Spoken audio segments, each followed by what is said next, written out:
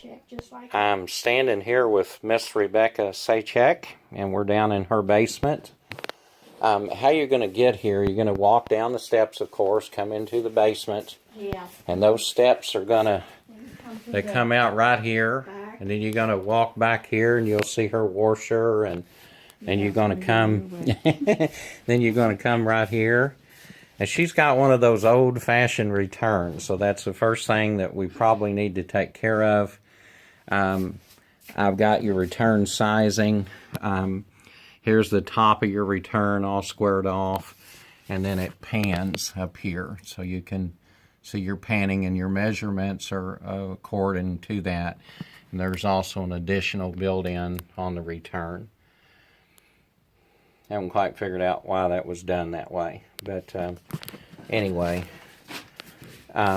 here's she also has a condensate pump, and this tube is running up and over, and you can see it come out right there in that drain right there where right she's down pointing. there. Yeah. So that goes in her washer drain. And then here is the top of her supply.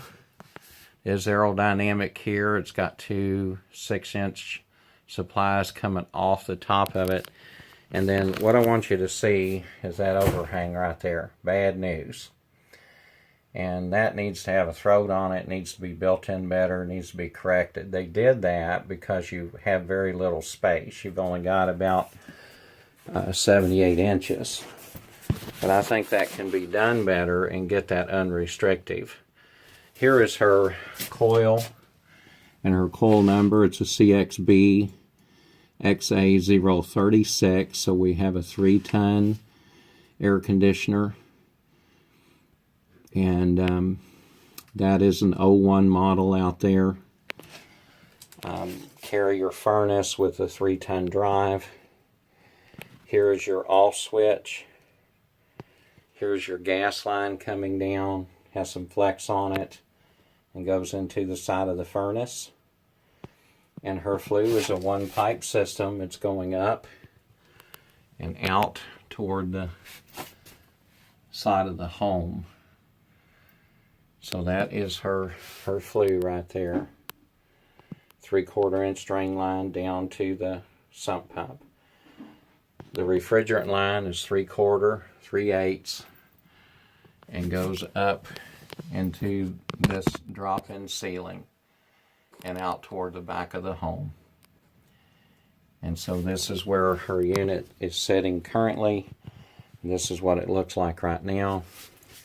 And you are rounded at the top right here, but 8 inches of overhang. So you can see why that's doing what it's doing with the restriction that it has. Thank you for watching this. We've talked about the flue, the condensate pump, the on and off switch, the gas line. There is your gas line shut-off, kind of the old-fashioned type. That was never changed either.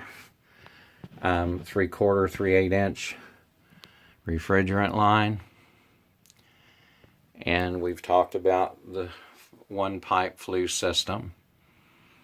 And so the rest of it is left up to free draw, and they've even got that kind of blocked off on the free draw. That kind of is. So you can see why that it would have been brought damage to the heat exchanger. Anyway, and then here's your old type. They left the old-fashioned built-in that holds the filter. So that's something that you probably will want to address, I'm sure. And thank you for watching.